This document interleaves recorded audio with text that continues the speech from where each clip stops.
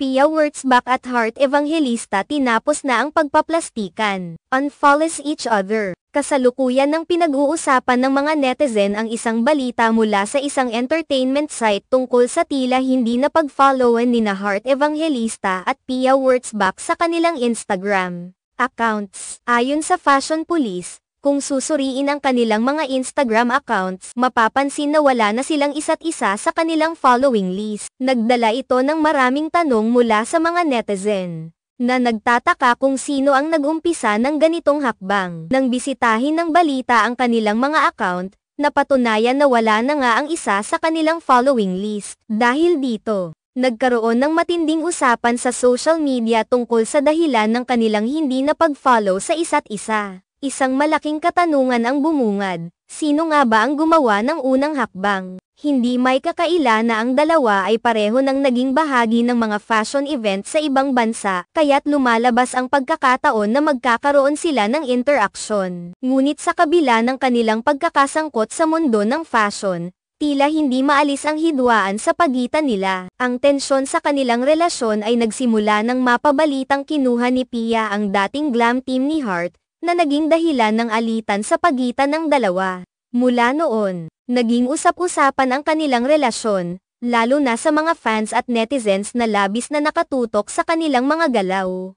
Kamakailan lamang, nagkita ang dalawa sa isang fashion show. Ngunit walang balita kung nagkaroon sila ng pagkakataong mag-usap o magpansinan. Ang mga ganitong pagkakataon ay karaniwang nagiging sanhi ng mga tsismis, lalo na sa mga taong sumusubaybay sa kanilang mga buhay. Ang kanilang hindi pagkakaintindihan ay nagbigay daan sa mas malalim na pagsusuri ng kanilang mga tagahanga sa kanilang mga social media activity. Marami ang nag-aabang sa susunod na hakbang ng dalawa, lalo na sa mga bagong post na maaaring ilabas nila. Ang kanilang mga tagahanga ay umaasa na sana ay maayos ang kanilang relasyon. Ngunit sa kabila ng mga ito, nagiging masaya ang mga tao sa bawat galaw ng dalawa. Sa social media, talagang malakas ang impluwensya ng mga celebrity sa kanilang mga taga-suporta. Ang simpleng pag-unfollow ay nagiging malaking issue at nagiging dahilan ng mga spekulasyon. Ang mga netizen ay masigasig na nagbabantay at nagmamasid sa mga galaw nina Heart at Pia,